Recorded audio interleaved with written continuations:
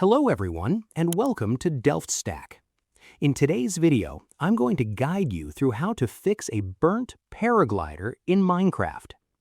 If you are playing with the popular gliders or paragliders mod in Minecraft, and you were suddenly struck by lightning, leaving you plummeting to the ground with a completely useless burnt paraglider, you need to repair the structural damage. I will show you exactly how to fix your burnt glider right now. Let's get started.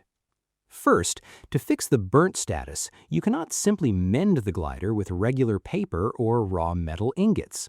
You have to craft the exact same reinforced paper that was used to build your specific tier of glider initially. Open your crafting table and combine standard paper with the core material of your broken glider. For example, if you have a burnt iron glider, you must craft iron reinforced paper.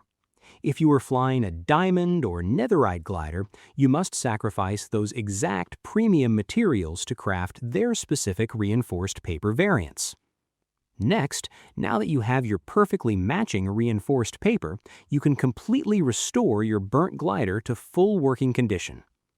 Place down a standard anvil, open its menu, and put your burnt paraglider directly into the first slot.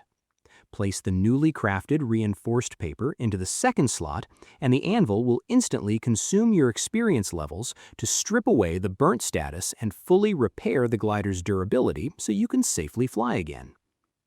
Finally, it is incredibly important to understand why your glider burned up in the first place so you can avoid losing it forever.